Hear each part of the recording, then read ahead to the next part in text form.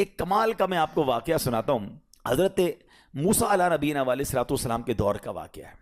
اللہ کریم نے آپ کو حکم دیا کہ اے موسیٰ فلاں علاقے میں جاؤ, میرے ایک ولی کا انتقال ہو گیا ہے, تو اس کا جا کر نماز جنازہ ادا کرو, غسل کفن کا انتظام کرو. آپ ادھر گئے, آپ نے جب غسل کفن کے لیے کوشش کی تو لوگ کہنے لگے آپ کدھر آ گئے, یہ تو بڑا گناہ گار, بڑا بدکار اور زمانے کا بیکار شخص ہے, آپ اس کا جنازہ پڑھنے آئے ہیں. بہرحال آپ نے وہ سارا کچھ کر دیا. پھر اللہ سے کہا کہ یا اللہ بندے تو یہ کہہ رہے ہیں تیرا نافرمان تھا, گناہ گار تھا, اور تو فرماتا ہے تیرا ولی. اللہ نے فرمایا موسیٰ بات یہ بندے بات تو صحیح کر رہے ہیں, یہ جو کہہ رہے ہیں نا یہ سب ٹھیک کہہ رہے ہیں, مگر بات یہ ہے کہ اس بندے نے مرنے سے پہلے جب اس کی وفات کا وقت قریب آیا نا تو 5 کلمات کے ذریعے اس نے مجھے پکارا. اے موسیٰ میں نے ان 5 کلموں کی وجہ سے اس کی مغفرت فرما دی. حضرت موسیٰ نے کہا یا اللہ مجھے 5 سینٹنس بتا دے, مجھے وہ 5 کلمات بتا دے کہ صدیاں گناہ کر کے اتنے بڑے گناہ گار کو صرف 5 کلموں کے لیے بخش دیا تو نے. اب ذرا ان 5 سینٹنس کی خوبصورتی, ڈیپتھ اور اللہ سے کنیکٹیوٹی سمجھیے گا. کاش یہ بات سمجھ آ جائے کہ توبہ کہتے کس کو ہیں, اللہ سے کنیکٹیوٹی کسے کہتے ہیں. ہم کانوں کو ہاتھ لگانا یا اللہ میری توبہ, ہمارے تو اسٹائل ہی دوسرے ہیں نا. توبہ کسی اور شے کا نام ہے. توبہ کے لیے کوئی بہت بڑا اہتمام کرنے کی ضرورت نہیں ہے, بس دل سے ایک بار پکارنے کی ضرورت ہے. سچی پکار ہو جائے, ایک بار سچی کنیکٹیوٹی ہو جائے, وہ کریم پچھلے سارے گناہ معاف فرما دیتا ہے. اس پتہ ہے گناہ گار نے وہ 5 جملے کیا کہے. وہ کہتا ہے اے اللہ تو جانتا ہے کہ میں نیکوں سے محبت کرتا ہوں اگرچہ خود نیک نہیں ہوں. ذرا سوچئے, میں خود نیک نہیں ہوں مگر تو جانتا ہے مجھے نیکوں سے پیار بڑا ہے.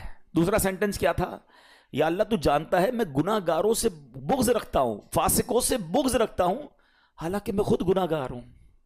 سمجھ رہے بات کو, اپنے گناہوں کا اعتراف, اقبال جرم ہے. بندے کو کہو تو گناہ گار, بولتا ہے میں کدھر گناہ گار بھائی, مجھ سے بڑا تو نیکی کوئی. ہم تو پہلے یہی ماننے کے لیے تیار نہیں کہ میرے گناہ کتنے ہیں. اللہ کی بات دنیا سے چھپا لو, اللہ سے چھپتا نہیں کچھ. ادھر اقبال کریں, ادھر مانیں, ایکسیپٹ کریں. ہاں دنیا کی عدالت میں اگر ہم کہیں جا کے اپنا جرم ایکسیپٹ کر لیں سزا سنائی جاتی ہے. سبحان اللہ, میرے رب کی رحمت کے انداز ہی نرالے ہیں, اس کی عدالت کے دستور نرالے ہیں. کوئی سچے دل سے جا کے مان لینا یا اللہ میں سب سے بڑا گناہ گار, اس کی رحمت اس کی بخشش فرما دیتی ہے. اس نے کہا کیا کہا, یا اللہ ہوں بڑا گناہ گار, میں گناہ گاروں سے نفرت رکھتا ہوں مگر مولا خود بھی گناہ گار ہوں. تیسرا جملہ کیا تھا, یا رب اگر مجھے معلوم ہو جائے نا کہ میرے جنت میں داخل ہونے سے تیری ملکیت میں کوئی کمی آ جائے گی تو پھر میں تیری جنت کا کبھی تجھ سے سوال نہیں کروں گا, کیونکہ مجھے پتا ہے تیری جنت بہت بڑی ہے. مجھے داخل کر کے تیرا کچھ بھی نہیں جانا, تیرا کچھ نہیں جانا, میرا بیڑا پار ہو جانا ہے. تو پھر میں تجھ سے کیوں نہ مانگوں, مجھے بخشنے میں تیرا کیا جائے گا. تو کریم, تیری جنت بہت بڑی, تیری رحمت بہت بڑی.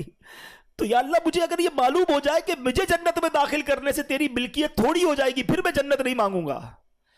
چوتھا سینٹنس کیا تھا, یا رب اگر مجھے معلوم ہو جائے کہ میرے جہنم میں داخل ہونے سے تیری ملکیت میں اضافہ ہو جائے گا تو میں جہنم سے تیری پناہ بھی نہیں مانگوں گا.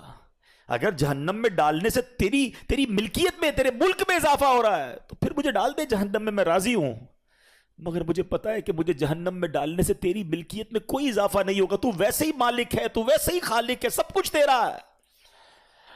اور آخری جملہ سنیے, وہ کیا کہتا ہے, یا رب اگر تو مجھ پر رحم نہیں کرے گا تو پھر کون کرے گا.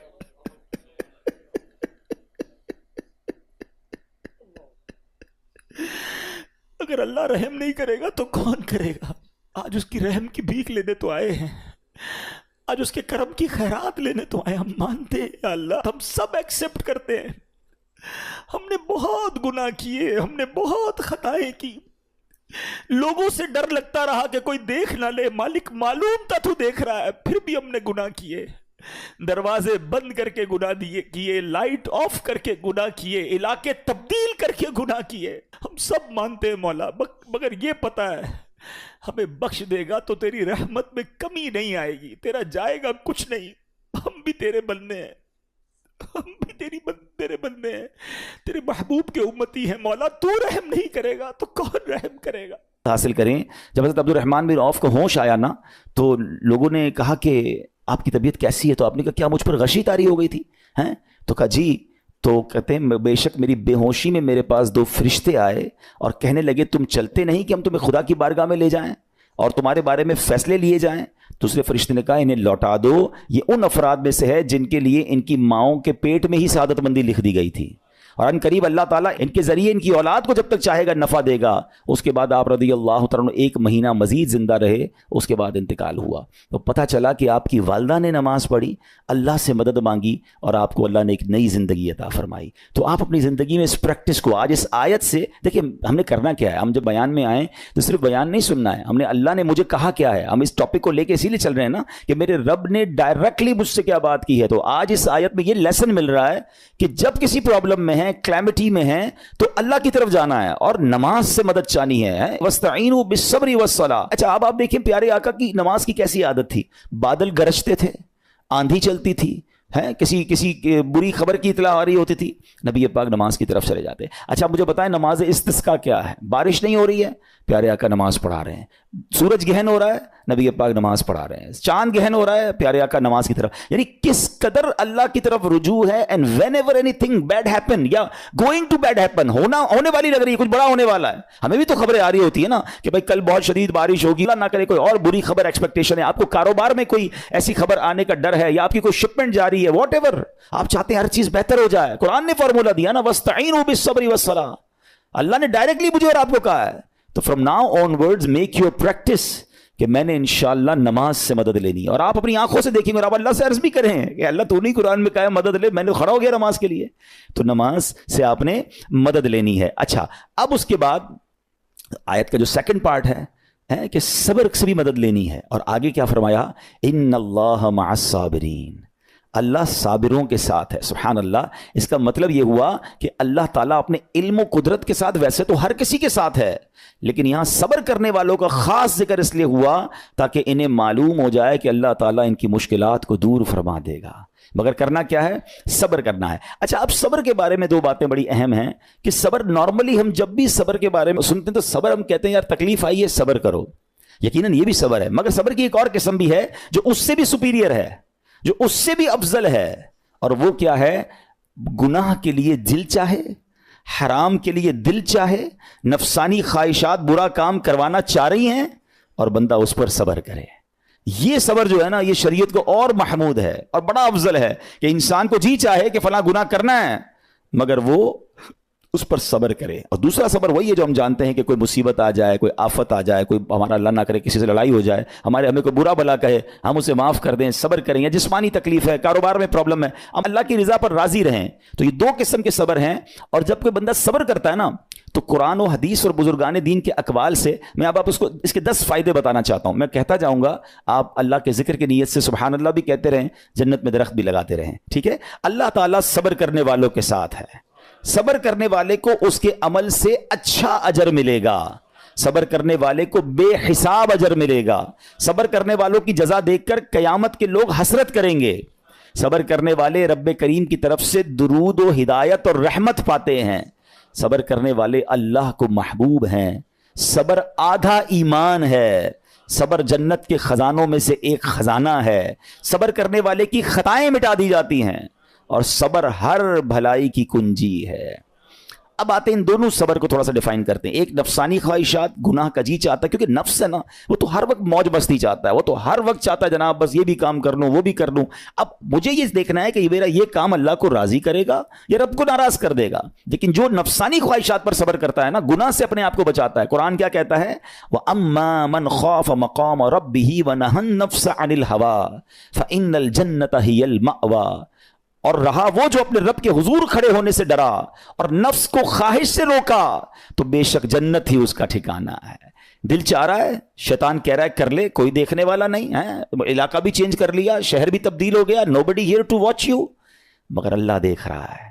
اچھا نارملی اگر غور کریں گناہ کرتے کیوں ہیں, جتنے بھی گناہ ہیں, what ever the list of گناہ اٹھائیے, کوئی شراب پیتا ہے, کوئی بدکاری کرتا ہے, معاذ اللہ, کوئی جوا کھیلتا ہے, کوئی جناب بے حیائی کرتا ہے, گندی چیزیں دیکھتا ہے یا جھوٹ بولتا ہے, واٹ ایور, ان تمام گناہوں میں تھوڑی سی لذت ہے, ٹیسٹ.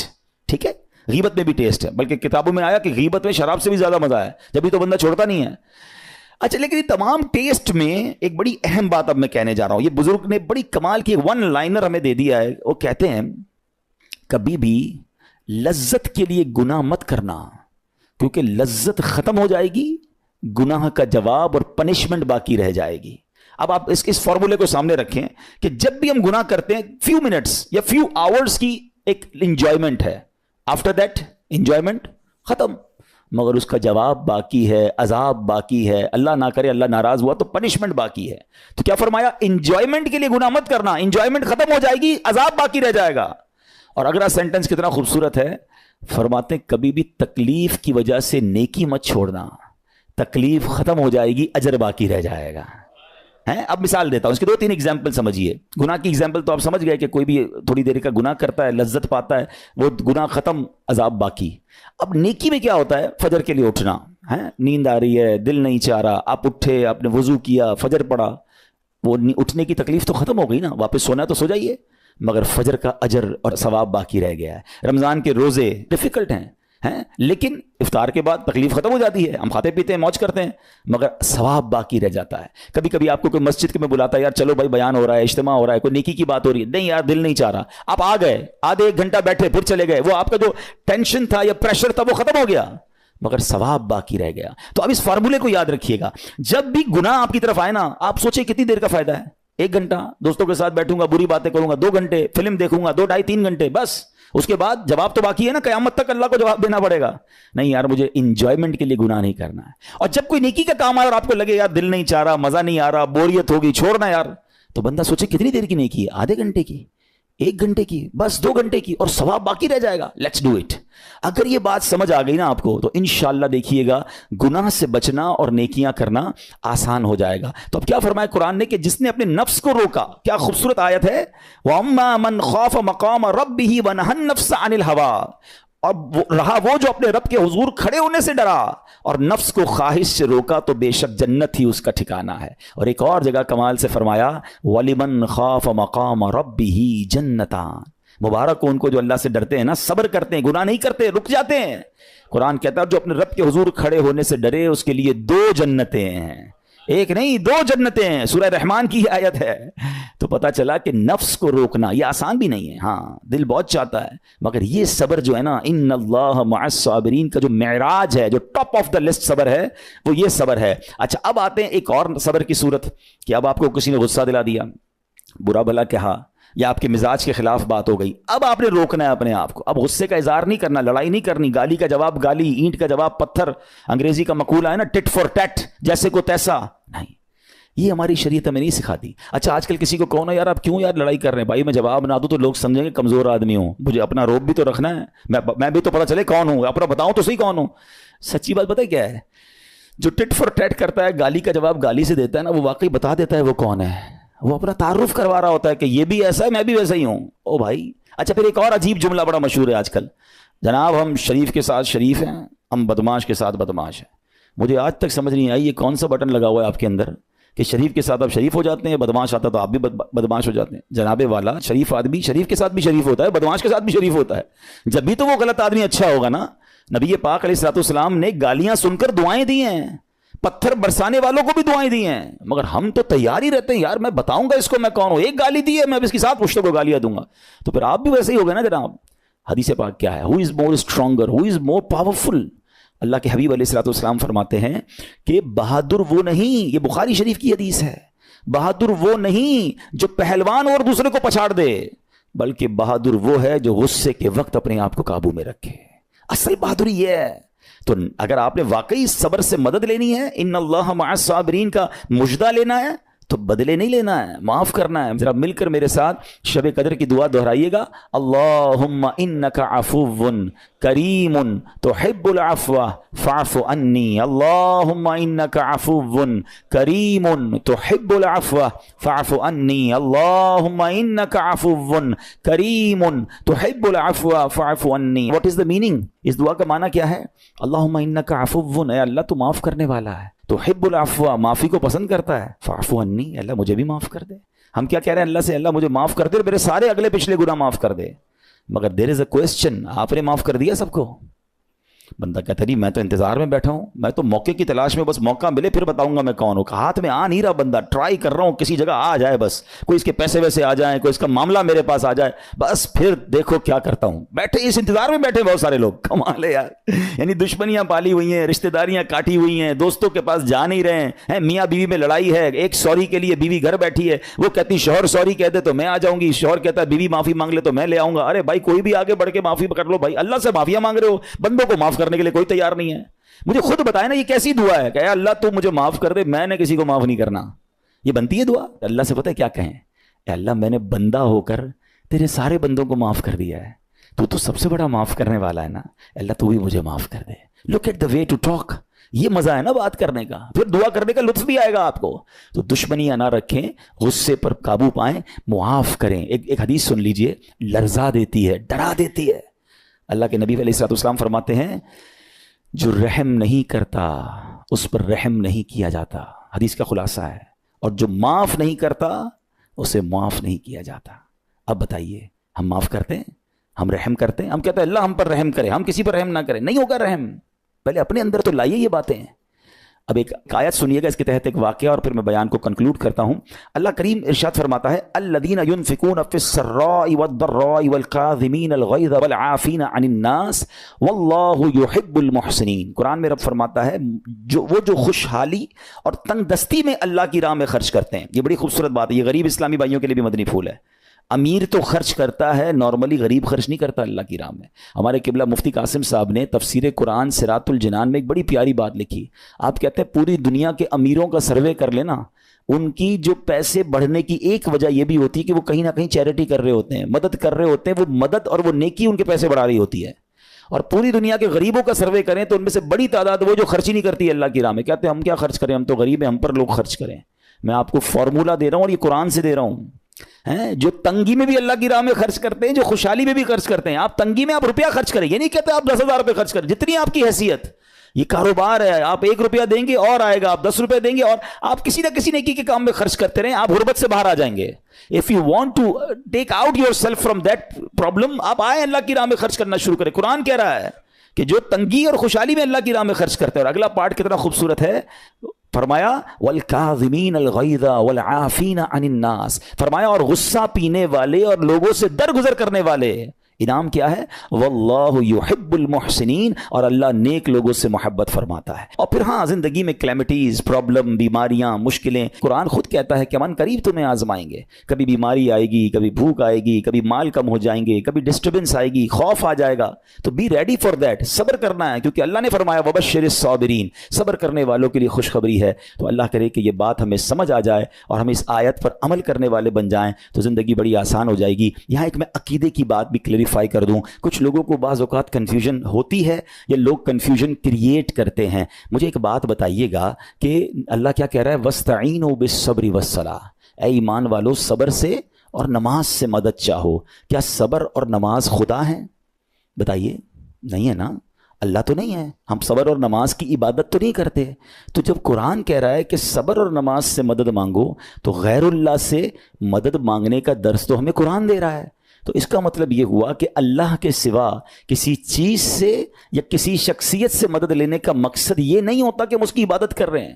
اگر آج کے دور میں کوئی اللہ کے نبی سے کہتا ہے کہ یا رسول اللہ انظر حالنا, یا بھر دو جولی میری یا رسول اللہ, تو یہاں کوئی شرک کی بات نہیں ہے. کیوں کہ یہاں یہ نیت نہیں ہے کہ ہم ان کو خدا مان رہے ہیں, یا یہ بھی نیت نہیں ہے. ایک بات, ایک عقیدہ کلیئر کر دیتا ہوں. پوری دنیا میں عاشقان رسول کا یہی عقیدہ ہے کہ کوئی نبی, کوئی صحابی, کوئی ولی اپنی طرف سے کسی کو کچھ نہیں دے سکتا. وہ سب رب کے محتاج ہیں, اللہ کسی کا محتاج نہیں ہے. جو اللہ کا ہے وہ اس کا اپنا ہے. ہاں اللہ نے اپنے مخصوص بندوں کو کچھ عطائیں کی ہوئی ہیں, کچھ پاورز دیے ہوئے ہیں, وہ اللہ کی عطا سے اگر کسی کو تقسیم کرتے ہیں تو اس میں کوئی پرابلم نہیں ہے. قرآن کہہ رہا ہے اے ایمان والو صبر اور نماز سے مدد چاہو. یہاں ایک اور بات سمجھنی ہے. دنیاوی طور پہ بھی کیا ہوتا ہے کہ آپ کسی باس ہوتا ہے, اپنے کسی مینیجر کو پاور آف اٹارنی دے دیتا ہے کہ یہ تمہارے پاس اس پراپرٹی کا پاور ہے, تمہارے پاس فلاں چیز کا پاور ہے. وہ اس پاور کے بہاف پر وہ کام کر دیتا ہے, مگر کوئی یہ نہیں کہتا کہ he is the owner. Actually he have attorney, he have power of attorney. بالکل ہمارا بھی عقیدہ یہ ہے کہ اللہ نے اپنے کچھ مخصوص بندوں کو, اپنے پیاروں کو کچھ اختیارات عطا فرمائے ہیں, اور جب وہ ان اختیارات پر عمل کرتے ہیں تو ایکچولی وہ اللہ ہی کی عطا ہے. ہاں دنیا میں اگر کوئی یہ سمجھتا ہے کہ کوئی شخصیت یا کوئی بزرگ یا کوئی اللہ والے اپنی طرف سے دیتے ہیں, رب کا اس میں کوئی دخل نہیں, تو یہ شرک ہے, یہ بات درست نہیں ہے. ہمارا سب کا عقیدہ یہ ہے کہ جو کچھ دنیا میں اگر کسی ولی نبی صحابی کے پاس ہے وہ رب کا دیا ہوا ہے, رب کی عطا ہے, رب ان کو دیتا ہے, رب کو کوئی نہیں دیتا. رب کے پاس جو کچھ ہے وہ اس کا اپنا ہے. تو یہ کانسیپٹ بھی کلیئر ہوتا ہے قرآن پاک کی اس آیت سے.